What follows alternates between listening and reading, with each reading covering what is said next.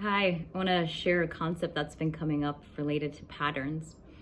So, a lot of times when patterns come into my life or situations come up that are familiar, I start to question, like, what's the lesson here? What am I not learning? How come this is coming up again? I thought I healed this, I thought I processed this.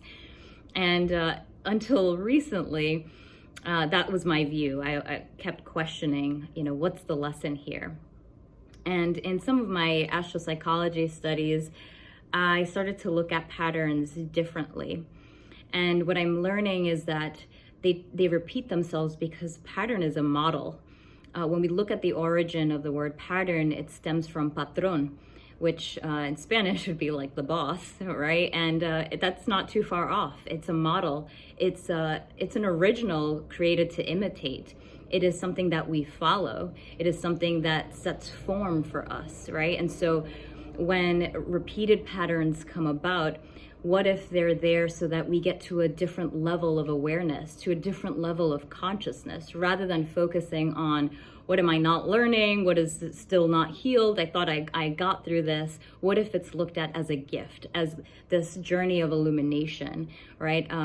Because the pattern is like a petal, right? Part of that rose essence.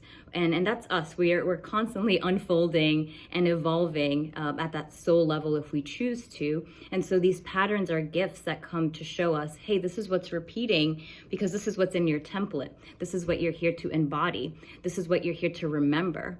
And when we start to look at the patterns as teachers, then we can say, okay, how do I look at this differently so that the learning is embodied and so that I can come at it from a different level of awareness? It's repeating for a reason. So what if these patterns and these petals of patterns are for you to get to your mastery? Internally, whether it's on the physical, the emotional, the mental, the spiritual, doesn't matter. The pattern is going to be there. When we look at astropsychology, the patterns show up in our psyche, right? So that we can integrate, and the patterns also show up in the cosmos. That's why as above, so below. We see it in the cosmos. We are a microcosm of that, and we can embody those energies and those functions so that we integrate and we're really in alignment with what our original divine blueprint is.